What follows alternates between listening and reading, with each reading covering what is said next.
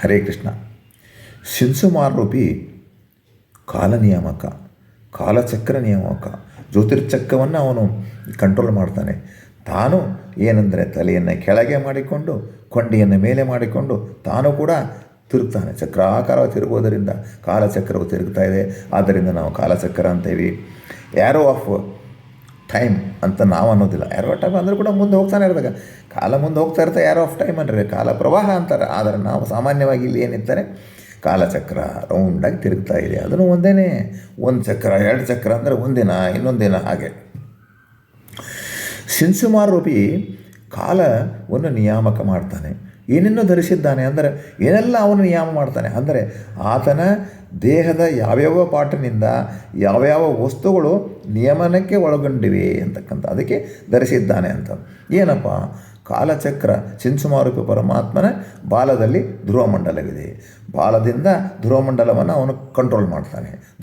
ಬಾಲದಲ್ಲಿ ಧ್ರುವಮಂಡಲವಿದೆ. ಕೆಳಗಿನ ಬಾಲದ ಕೊಂಡಿಗಳಲ್ಲಿ ಅಗ್ನಿ, ಪ್ರಜಾಪತಿ, ಇಂದ್ರ, ಧರ್ಮರು ನೆಲೆಸಿದ್ದಾರೆ. ಇವರೆಲ್ಲ ತಮ್ಮ ತಮ್ಮ ಮಂಡಲ, ತಮ್ಮ ಲೋಕಗಳು, ತಮ್ಮ ಕಂಟ್ರೋಲ್ ಮಾಡ್ತಕ್ಕಂಥ ಅನೇಕ ಭೌತಿಕ ವಸ್ತುಗಳು ಅಲ್ಲೆಲ್ಲ ನೆಲೆಸಿವೆ. ಬಾಲವು ಪ್ರಾರಂಭವಾಗುವ ಸ್ಥಳದಲ್ಲಿ ಧಾತ, ವಿಧಾತ ಎಂಬ ದೇವತೆಗಳಿದ್ದಾರೆ. ನೋಡ್ರಿ, ಬಾಲ್ ಎಲ್ಲಿ ಸ್ಟಾರ್ಟ್ ಆಗ್ತದೆ ಆ ಶಿವನಿನ ಬಾಲ, ಶಿಂಸುಮಾರೂಪಿ ಬಾಲ ಪ್ರಾರಂಭ ಆಗ್ತಕ್ಕಂಥ ಸ್ಥಳದಲ್ಲಿ ಧಾತ, ವಿಧಾತ ಅಂತಕ್ಕಂಥ ದೇವತೆಗಳಿದ್ದಾರೆ ಅಂದರೆ ಏನರ್ಥ ಅಂದರೆ ಎನರ್ಜಿ ಸೆಂಟರ್ಸ್ ಅವು. ಆ ಎನರ್ಜಿ ಸೆಂಟರ್ಸು ಅನೇಕವಾದಂಥ ಭೌತಿಕ ವಸ್ತುಗಳನ್ನು ಕಂಟ್ರೋಲ್ ಮಾಡ್ತವೆ. ಈ ಗ್ಯಾಲಾಕ್ಸಿ ಏನೇನೋ ಹೇಳ್ತಾ ಇದ್ದಾರಲ್ಲ, ಲೋಕಲ್ ಗ್ರೂಪ್ಗಳು, ಅವೆಲ್ಲವನ್ನು ಕಂಟ್ರೋಲ್ ಮಾಡ್ತಕ್ಕಂಥದ್ದನ್ನು ನಾವು ತಿಳ್ಕೊಬೇಕಂದ್ರೆ ನಾವು ಹಾಗೇ ತಿಳ್ಕೊಂಡ್ರೆ ಮಾತ್ರ ವಿಶಾಲವಾದ ಅಂತರಿಕ್ಷ ಲೋಕದ ಬಗ್ಗೆ ಒಂದು ಪರಿಕಲ್ಪನೆ ಬರ್ತದೆ. ಅದನ್ನು ಕಂಟ್ರೋಲ್ ಮಾಡ್ತಕ್ಕಂಥ ಪರಮಾತ್ಮ ಹೇಗಿದ್ದಾನೆ, ಹೆಂಗೆ ಅನಂತರೂಪಿಯಾಗಿದ್ದಾನೆ ಅವನು ಅಂತಕ್ಕಂಥ ಒಂದು ನಮಗೆ ವಿಷಯ ಬರ್ತದೆ. ಹೊಟ್ಟೆಯ ಪ್ರಾರಂಭವಾಗುವ ಕಡೆಗಳಲ್ಲಿ ಸಪ್ತ ಋಷಿಗಳು, ಹೊಟ್ಟೆ ಪ್ರಾರಂಭ ಆಗ್ತದೆ ಸಪ್ತ ಋಷಿಗಳು, ಬರೀ 7 ಋಷಿಗಳು. ನಾವು ನಕ್ಷತ್ರ ತೋರಿಸ್ತೇವಲ್ಲ, ಸಪ್ತ ಋಷಿ ಮಂಡಲ, ಕರೆಕ್ಟ್, ಅದು ಜಸ್ಟ್ ಒಂದು ಐಡೆಂಟಿಫಿಕೇಷನ್ ಅಷ್ಟೇ. ಆ ಸಪ್ತ ಋಷಿಗಳು ಅವ್ರಿಗೆ ಸುಮ್ಮನೆ ಒಂದು ರೆಪ್ರೆಸೆಂಟೇಟಿವ್ ಆಗಿ ಕೂತಿರ್ತಾರೆ. ಆ ಮಂಡಲ ಅವರ ಒಂದು ಏನಂದ್ರೆ ಅವರ ಮತ್ತೆ ಅದು ಎಕ್ಸ್ಪ್ಯಾನ್ಷನ್ ಎಷ್ಟಂದ್ರೆ ಅವರೊಂದು ದೊಡ್ಡ ದೊಡ್ಡ ಗ್ಯಾಲಾಕ್ಸಿಗಳೇ ಅವರ ಕಂಟ್ರೋಲ್ನಲ್ಲಿ ಇರ್ತವೆ. ಅದನ್ನು ನಾವು ತಿಳ್ಕೊಬೇಕು. ಲೋಕಲ್ ಗ್ರೂಪ್ಗಳು, ಬಿಲಿಯನ್ಸ್ ಟುಗೆದರ್ ಗ್ಯಾಲಾಕ್ಸಿಗಳು ಒಂದೊಂದೊಂದು ಋಷಿ ಕಂಟ್ರೋಲ್ನಲ್ಲಿ ಇದ್ದಾವೆ ಅಂತ ನಾವು ತಿಳ್ಕೊಬೇಕಷ್ಟೆ. ನಮಗೆ ತಿಳುವಳಿಕೆಗೆ ಮಾತ್ರ ಈ ರೀತಿ ಹೇಳ್ತಾ ಇದ್ದಾರೆ. ಹೇಗೆ ನಾಭಿಯಲ್ಲಿ ಶುಕ್ರ ಅಂತ ಕೇವಲ ಶುಕ್ರ ಗ್ರಹದ ಸೂರ್ಯನ ಕಂಟ್ರೋಲ್ ಅವನಿದ್ದಾನೆ. ಸದ್ಯಕ್ಕೆ ನೋಡಲಿಕ್ಕೆ ನಮಗೆ ಅಷ್ಟೇ ಫಿಸಿಕಲ್ ಐಸಿಗೆ, ಫಿಸಿಕಲ್ ಭೂಮಿಗೆ ಕಾಣ್ತದೆ ಆ ರೀತಿ ಅಷ್ಟೇ. ಏನು ಕಾಣ್ತದೆ ಅದು? ಅವ ಶುಕ್ರ ಅಂತಕ್ಕಂಥವಿದ್ದಾನೆ. ಅದೊಂದು ಗ್ರಹ, ಜ್ಯೋತಿಷದಲ್ಲಿ ನಾವೆಲ್ಲ ಹೇಳ್ತೀವಿ ಹಾಗೆ. ಆದರೆ ಆ ಶುಕ್ರ ಅಂತಕ್ಕಂಥ ಓನ್ಲಿ ರೆಪ್ರೆಸೆಂಟೇಟಿವ್ ಅಷ್ಟೇ. ಅದು ವಿಶಾಲವಾದಂಥ ಅನೇಕ ಲೋಕಗಳು ಇರ್ಬೋದು. ನಾವು ಎಲ್ಲಿ ಈ ನಮ್ಮ ಅಂತರಿಕ್ಷದಲ್ಲಿ ಗ್ಯಾಲಾಕ್ಸಿಗಳು, ಏನೇನೋ ಗ್ಯಾಲಾಕ್ಸಿಗಳಿರ್ಬೋದು. ಮನಸ್ಸಿನಲ್ಲಿ ಚಂದ್ರ, ಎದೆಯಲ್ಲಿ ಸೂರ್ಯ, ಭುಜದಲ್ಲಿ ಬೃಹಸ್ಪತಿ, ಮುಖದಲ್ಲಿ ಅಂಗಾರಕ, ಗುಹ್ಯಾಂಗದಲ್ಲಿ ಶನಿ, ಹಾಗೆಯೇ ಬುಧ, ರಾಹು, ಕೇತು ಮತ್ತು ಅಸಂಖ್ಯಾತ ನಕ್ಷತ್ರ ಪುಂಜಗಳು ಶಿಂಸುಮಾರೂಪಿಯ ಒಂದೊಂದು ಅವಯವ ಸ್ಥಾನ ವಿಶೇಷಗಳಲ್ಲಿದ್ದು ನಿಯಂತ್ರಿಸಲ್ಪಡುತ್ತಾರೆ. ಅಂದರೆ ದಿಸ್ ಆಲ್, ಅದಕ್ಕೆಲ್ಲ ಎನರ್ಜಿ ಆಯಾ ಸ್ಥಾನದಿಂದ ಆಯಾ ವಸ್ತುಗಳಿಗೆ ಒಂದು ಹೆಸರು. ಶುಕ್ರ ಗ್ರಹ ಅಂತ ನಾವು ಓನ್ಲಿ ಸೀಮಿತವಾಗಿ ತೊಗೋಬೋದು. ಒಂದು ಡಿಸ್ಕಷನ್ ಮಾಡುವಾಗ ಒಂದು ಗ್ರಹ ಅಂತ ಅಂದ್ಕೊಂಡ್ರು ಕೂಡ ಏನು ರೀ ಅದು ಒಂದು ಉಪಗ್ರಹ, ಅದು ಸುಮ್ಮನೆ ಸೂರ್ಯನೇ ಗ್ರೇಟು. ಇಲ್ಲಿ ಯಾರು ಗ್ರೇಟು ಯಾರು ಮುಖ್ಯ ಅಲ್ಲ, ಅವರ ಬಾಹ್ಯವಾದಂಥ ಎನರ್ಜಿಯಿಂದ ನಾವು ಇದನ್ನು ಹೇಳುವಂಥದ್ದಿಲ್ಲ. ಅವರ ಒಂದು ಈ ರೆಪ್ರೆಸೆಂಟೇಟಿವ್ ಪ್ಲೇಸ್ ಅಷ್ಟೇ. ಅವರ ವಿಶೇಷತೆ ಯಾರಿಗೂ ಗೊತ್ತಿಲ್ಲ. ಅದು ಭಾರಿ ಭಾರಿ ಭಾರಿ ಭಾರಿ ಇರುತ್ತದೆ. ರುಕ್ಕುಮ ಪರ್ವತಕ್ಕಾಧಾರನಾಗಿ ಭಕ್ತವತ್ಸಲ ಹರಿ ಶಿಂಸುಮಾರ ಶಕ್ತಿ ಅನಂತವುಳ್ಳ ಪರಮಾತ್ಮ ದೇಹದಲ್ಲಿ ನಕ್ತಾದಿಗಳನ್ನು ಉದ್ಧರಿಸಿ ಕಾವತಲಿಪ್ಪ. ಅಕ್ಕಟ ಬಾಲಾಗ್ರದಲ್ಲಿ ಧ್ರುವರಾಯ, ಬಾಲದಲ್ಲಿ ಶಕ್ತಿಧರ ಪ್ರಜಾಪತಿ ಇಂದ್ರಧರ್ಮ. ತಕ್ಕವರನ್ನು ಪುಚ್ಛ ಮೂಲ ಧಾತ ವಿಧಾತ ತರ್ಕೇಸಿದಂತೆ ಕುಕ್ಷಿಯಲ್ಲಿ ಸಪ್ತರ್ಷಿಗಳು, ಶುಕ್ರ ನಾಭಿಯಲ್ಲಿ, ಮನಸ್ಸಿನಲ್ಲಿ ಚಂದ್ರಮ, ಅರ್ಕ ವಕ್ಷಸ್ಥಳದಲ್ಲಿ ಕಕುಬ ಬೃಹಸ್ಪತಿ, ರಕ್ತಾಂಗ ಮುಖದಲ್ಲಿ ಶನಿ, ಉಪಸ್ಥದಲ್ಲಿ ಮಿಕ್ಕಾದವರುಂಟು.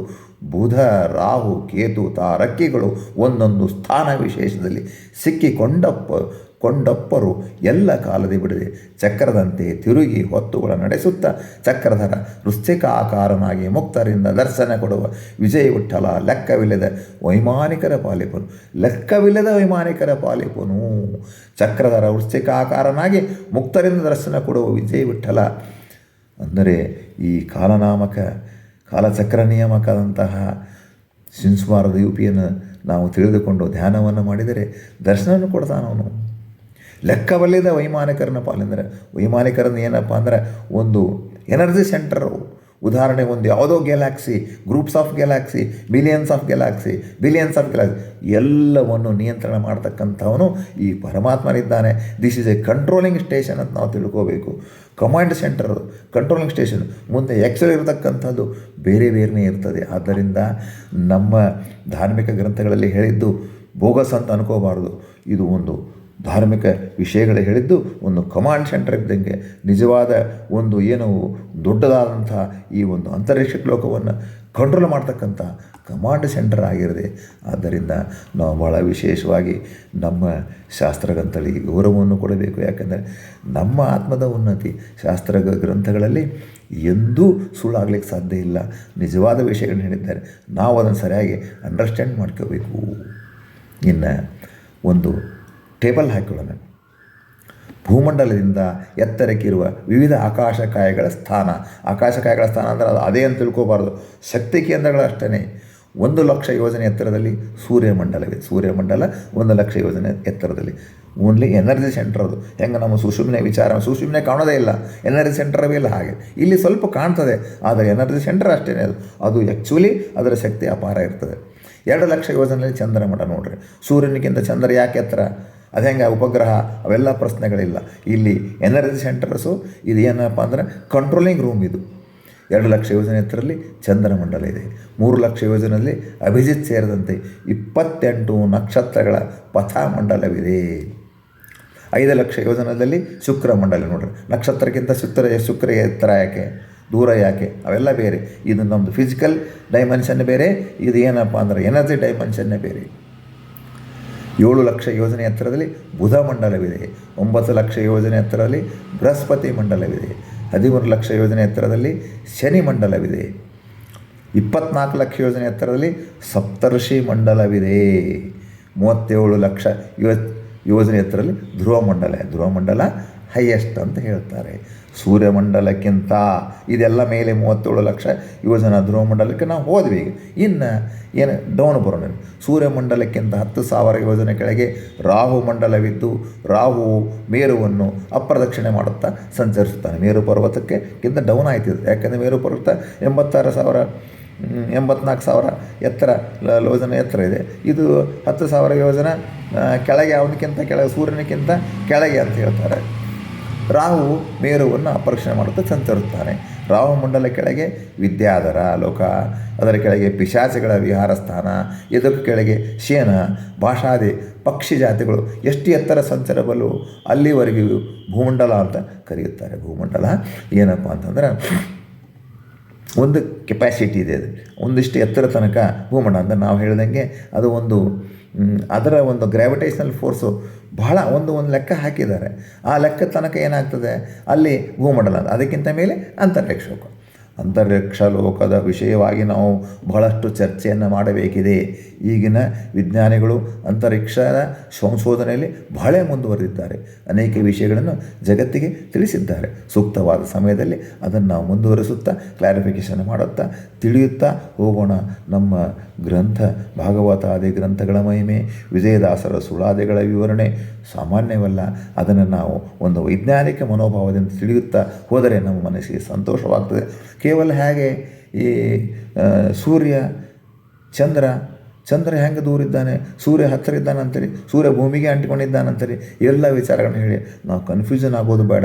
ಇವೆಲ್ಲ ಎನರ್ಜಿ ಸೆಂಟರ್ಸ್ ಅಂತಕ್ಕಂಥ ವಿಚಾರವನ್ನು ತಿಳ್ಕೊಂಡ್ರೆ, ಹೀಗೆ ನಾವು ಧ್ಯಾನವನ್ನು ಮಾಡ್ಬೇಕಾದ್ರೆ ಸುಷುಮ್ನೆ ಮೂಲಾಧಾರದಿಂದ ಸಹಸ್ರಾರ ಹೋಗ್ತಾ ಕಾಣೋದಿಲ್ಲ, ಆದರೆ ಎನರ್ಜಿ ಸೆಂಟರ್ಸ್ನಿಂದ ನಮ್ಮ ದೇಹ ಚಲನವಲನೆ ನಡೀತೆ. ದೇಹ ಚಲನವಲನೆ, ಮಾನಸಿಕ ಚಲನವಲನೆಗಳು ಹೇಗೆ ನಡೀತಾವೋ ಹಾಗೆ ಇದೇ ರೀತಿ ಈ ಅಂತರಿಕ್ಷ ಲೋಕ ಎಲ್ಲ 14 ಲೋಕಗಳ ಬಗ್ಗೆ ನಾವು ತಿಳ್ಕೊಳ್ತಾ ಹೋಗಬೇಕು. ವಿರಾಟ್ ರೂಪಿ ಪರಮಾತ್ಮನ ಒಂದೊಂದು ದೇಹ ಭಾಗದಿಂದ, ಅಂದರೆ ಒಂದೊಂದು ಎನರ್ಜಿ ಸೆಂಟರಿಂದ ಲೋಕಕ್ಕೆ ಎನರ್ಜಿ ಸಿಕ್ತು ಅಂತಕ್ಕಂಥ ತಿಳ್ಕೋಬೇಕು. ರೂಪಿ ಪರಮಾತ್ಮನು ಸಮಗ್ರವಾದಂಥ ಈ ಅಂತರಿಕ್ಷ ಲೋಕವನ್ನು ಕಂಟ್ರೋಲ್ ಮಾಡ್ತಕ್ಕಂಥ ತಿಳ್ಕೋಬೇಕು. ಯಾವ ಲೋಕಗಳು ಕಾಣೋದಿಲ್ಲ, ಎನರ್ಜಿ ಅದರ ಲೆವೆಲ್ ಬೇರೆ ಇರ್ತದೆ, ಮೆಟೀರಿಯಲಿಸ್ಟ್ ಲೆವೆಲ್ ಬೇರೆ ಇರ್ತದೆ, ಡೈಮೆನ್ಷನ್ ಲೆವೆಲ್ ಬೇರೆ ಇರ್ತಕ್ಕಂಥ ವಿಚಾರವನ್ನು ತಿಳ್ಕೋಬೇಕು. ಮುಂದುವರ್ಸೋಣ. ಹರೇ ಶ್ರೀನಿವಾಸ, ಹರೇ ಕೃಷ್ಣ.